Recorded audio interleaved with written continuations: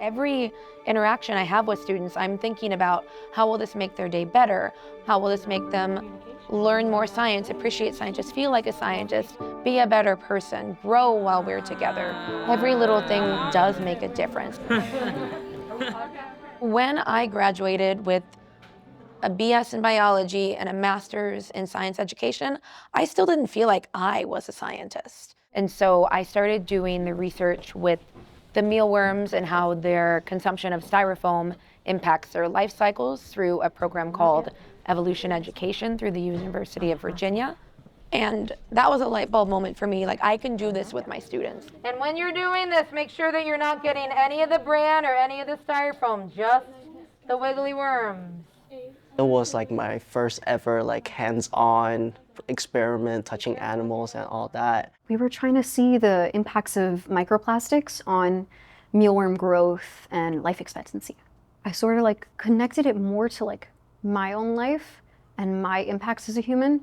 Like, what is the litter and carbon footprint that I'm making? How does it affect the species and like the community that I'm living in? I just this past summer spoke with a scientist who does do mealworm consumption work, and she told me that we do have unique publishable data because we see throughout the life cycle how many offspring they create, and that's a data point that nobody else in the world is looking at this point.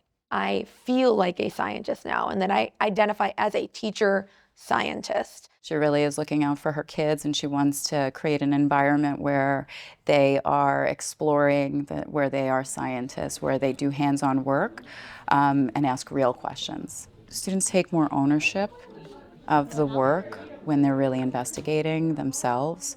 They're not just reading it in a book, they're putting this kind of scientific exploration into action. They are scientists, and they can take information they've just learned and use that as evidence to make sense of the world around them.